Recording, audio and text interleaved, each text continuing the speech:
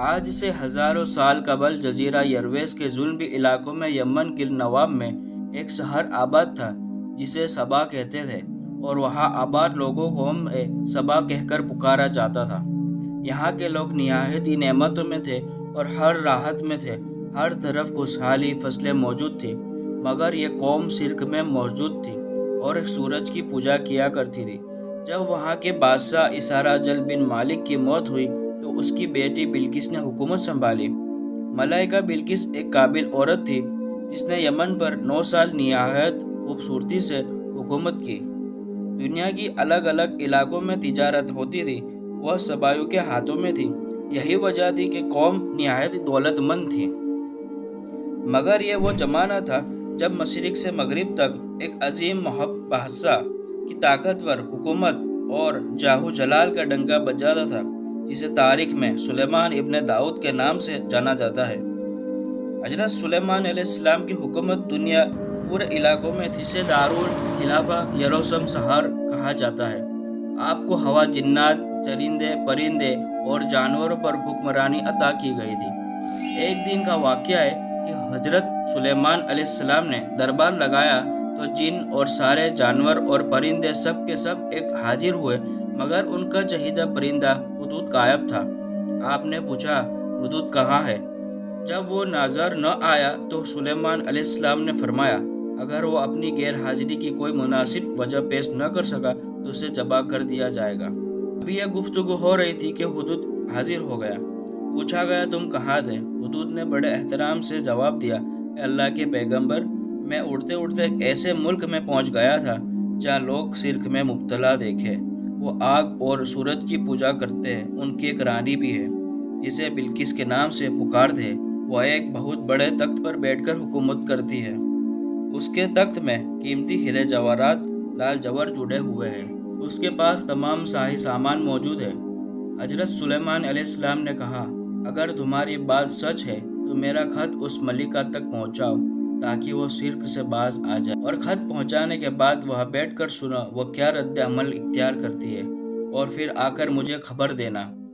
حضرت سلیمان علیہ السلام نے خط روانہ کر دیا، جو کچھ یوں تھا، شروع کرتا ہوں اللہ کے نام سے جو بڑا مہربان اور رحم فرمانے والا ہے۔ یہ عزت والا خط سلیمان ابن داؤد کی جانب سے ملکہ بلقیس سبا کی طرف ہے۔ جو ہدایت کی پیروی کرے اس کے لیے سلامتی ہے۔ مجھ پر غلبہ کی خواہش نہ کرو، مقابلے میں سرکشی نہ کرو، بلکہ فرما بردار اور مطیع ہو کر میرے پاس آ جاؤ۔ دراصل یہ خط ملکہ سبا بلقیس اور اس کی قوم کی طرف دعوت اسلام تھی۔ ہدہد نے ملکہ سبا کی گود میں جا کر یہ خط گرا دیا۔ ملکہ کے دربار میں اس وقت 300 کے قریب سردار بیٹھے تھے۔ انہوں نے جب یہ خط پڑھا تو تیش میں آ گئے اور کہا کہ یہ ہماری توہین ہے، ہم اس کا سخت جواب دینا چاہیے۔ مگر ملکہ بہت سمجھدار تھی، اس نے انہیں سمجھایا، خط سے پتہ چل رہا کہ یہ کوئی عام شخص نہیں، خدا کا کوئی پیغمبر ہے، لہٰذا ہمیں حکمت سے کام لینا چاہیے۔ اس نے کہا کہ میں حضرت سلیمان علیہ السلام کی طرف ایک تحفہ بھیجنی چاہیے۔ انہوں نے قبول کر لیا تو وہ بادشاہ ہے، میں اسے جنگ کروں گی، لیکن اگر انہوں نے تحفہ قبول نہ کیا تو میں اس کی پیروی کروں گی کیونکہ وہ نبی ہے۔ ہدہد یہ ساری گفتگو سن رہا تھا۔ اس نے آ کر حضرت سلیمان علیہ السلام کو ساری بات بتا دی۔ حضرت سلیمان علیہ السلام نے جنات کو حکم دیا کہ شہر میں داخل ہونے والے راستے پر سونے چاندی کی اینٹوں کا فرش بچھا دیا جائے۔ راستے کے دونوں جانب سے سونے کی عجیب الحرکت جانور کھڑے کر دیے جائیں۔ مجرا اور مال سلطنت کی تمام کرسیوں کو سونے کا کر دیا جائے۔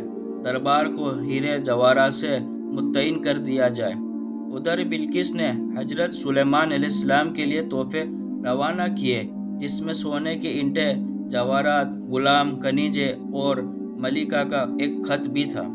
جب تمام تحفے لے کر قاصد دربار میں پہنچا، حضرت سلیمان علیہ السلام کے دربار میں پہنچے اور انہوں نے یہ سب دیکھا تو بہت شرمندہ ہوئے۔ حضرت سلیمان علیہ السلام نے ملکہ کی قاصدوں سے کہا، کیا تم لوگ مال سے میری مدد کرنا چاہتے ہو؟ مگر دیکھ لو، جو کچھ اللہ نے مجھے دے رکھا ہے وہ اس سے بھی زیادہ ہے۔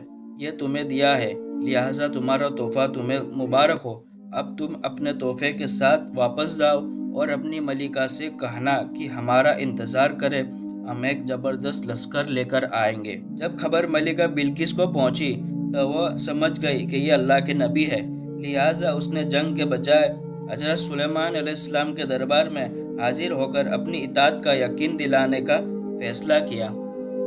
جب حضرت سلیمان علیہ السلام تک یہ پیغام پہنچا تو آپ نے اپنے درباریوں سے کہا، تم میں سے کون ہے جو ان کے متی ہونے سے پہلے ملکہ کا تخت میرے پاس اٹھا کر لے آئے؟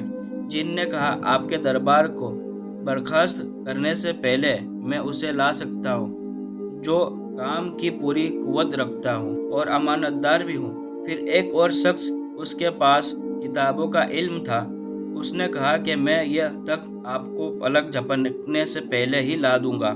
پھر حضرت سلیمان علیہ السلام نے اس تخت کو اپنے پاس رکھا ہوا دیکھا تو پکار اٹھے، یہ میرے اللہ کا فضل ہے تاکہ وہ مجھے آزمائے تاکہ میں شکر ادا کر سکوں یا نا شکری۔ جب ملکہ سبا بلقیس حضرت سلیمان علیہ السلام کے دربار میں حاضر ہوئی تو آپ نے پوچھا، کیا تمہارا تخت بھی اس طرح کا ہے؟ اس نے کہا، یہ تو گویا ہو بہو وہی ہے۔ حضرت سلیمان علیہ السلام کی نگاہ میں آ گئی، جبکہ کچھ لوگوں نے لکھا ہے کہ بلقیس کو یمن بھیج دیا، اس کے لیے 3 بڑے محل تعمیر فرمائے تھے۔